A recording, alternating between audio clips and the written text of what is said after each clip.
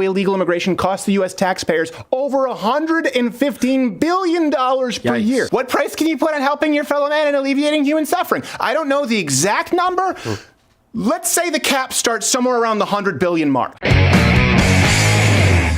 Question of the day. Is it just me, or does it seem that since the left can't make the Russian collusion conspiracy stick, they've gone right back to calling everybody racist? That seems as though they I don't know if it's just me. Let me give you some context here. Remember the old clip of Trump talking about MS-13? He called the gang members of a gang animals, and then the leftists took a snippet out of context. They claimed that he said all immigrants were animals. That clip just went viral again this week for people who missed it. They're recycling the same old narratives, lies, completely ignoring the crisis at the border. Up to 100,000 illegal crossings this month. So that's insane. What reasons would justify building a wall? Let me rattle 5 off the top of my head.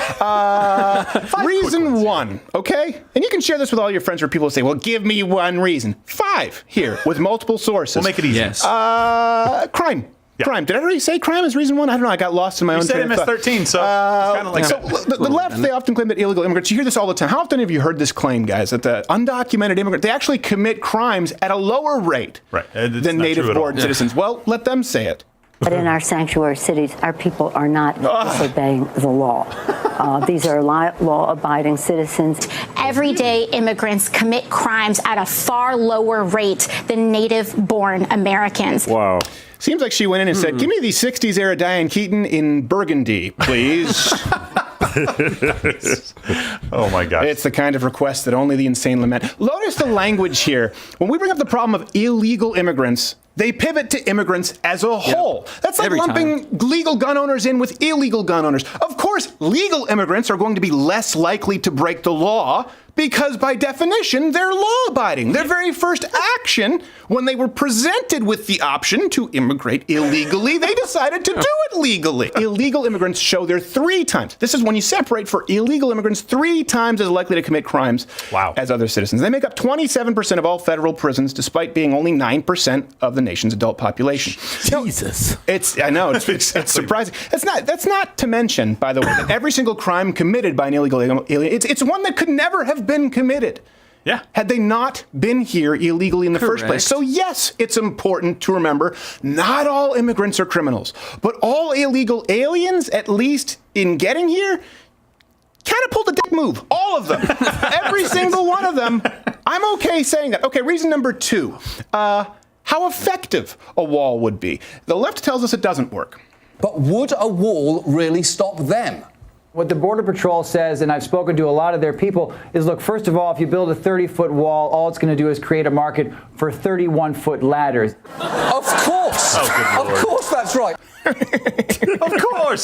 So this is where they do the whole, walls don't work argument, and then they go on to argue for Border Patrol. Here's an idea. How about both? Okay? No, none of us are saying, well, I get it. Listen, when I talk about the wall, I am talking about border security as a whole. The wall is really more of just a symbol. It's a pretty kick-ass symbol, though. It's one that I like, especially because it ruffles all the right feathers. Here's the thing, though. Walls do work. Yeah.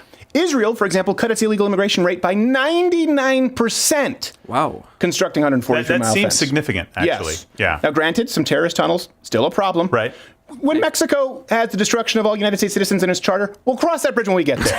But 99%, it's what we call statistically significant. So, and I know I've heard these people arguing all the time that it's not 100% effective. It's only, neither.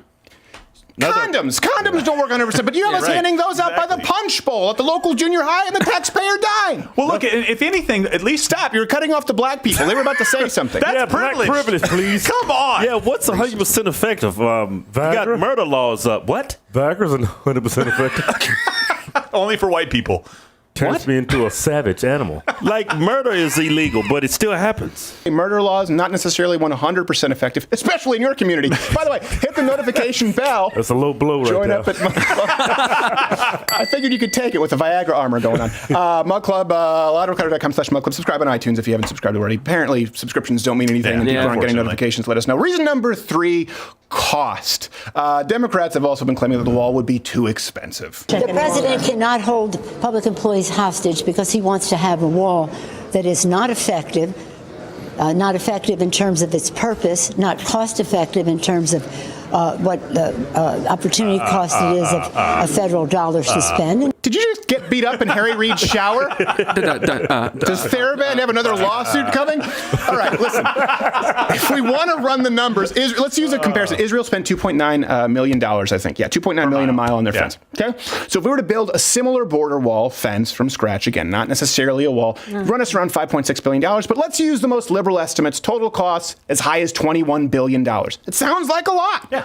Until you factor in studies that show illegal immigration costs the U.S. taxpayers over $115 billion per year. Huh. And I can already hear the rebuttals here. I can hear the arguments. What price can you put on helping your fellow man and alleviating human suffering? I don't know the exact number. Let's say the cap starts somewhere around the 100 billion mark. We've thrown nothing but manpower and money at the border, and it has gotten worse. It is the exact opposite thing of what we should be doing. So anybody who comes out and says a wall won't work is doing it purely for political gain, as if you didn't know that already. But they're also putting lives in danger. Go ask the people that live on border towns. My sister's husband's family lives on a border town in Zapata. It's Your not sister's best friend's girlfriend's brother's boyfriend knows this guy who knows someone who saw Beto O'Rourke pass out of 31 flavors last night, and then he was raped by MS-13. Not a good deal. Reason number 4, he likes it. Compassion.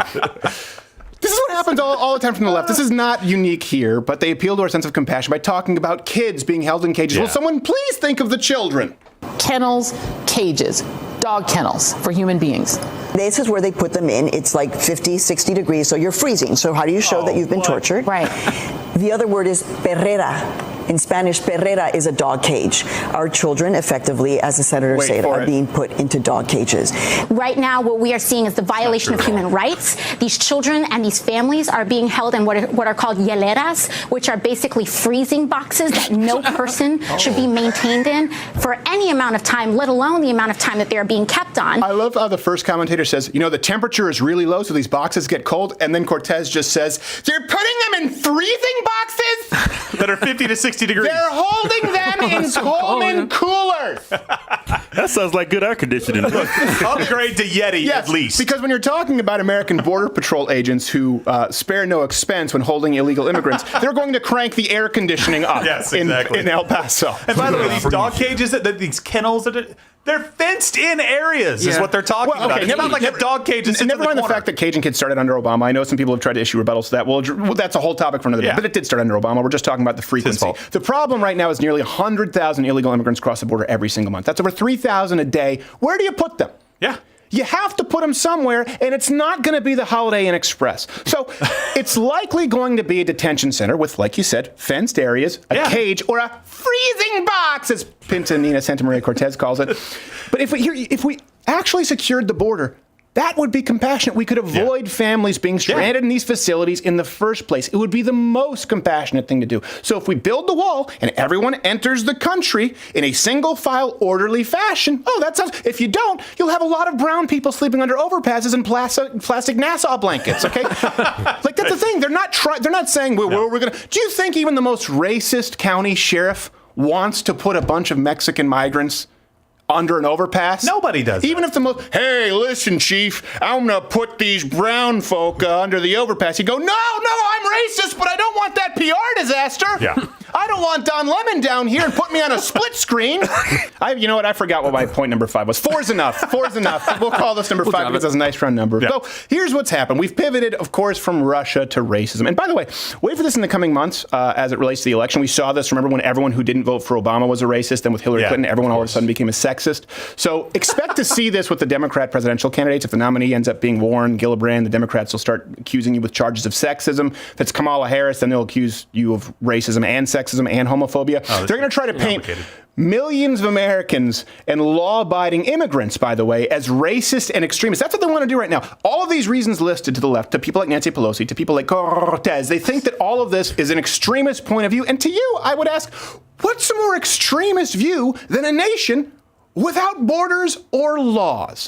Hey there, here I am drinking from my mug in a button-down. How often do you see this? Never. So do me a favor and yourself, click one of these videos playing one of these boxes here, or subscribe, hit the notification bell also, because subscriptions don't really mean a whole lot. If you really want to support the show, join my club. If you don't, then there's no helping you.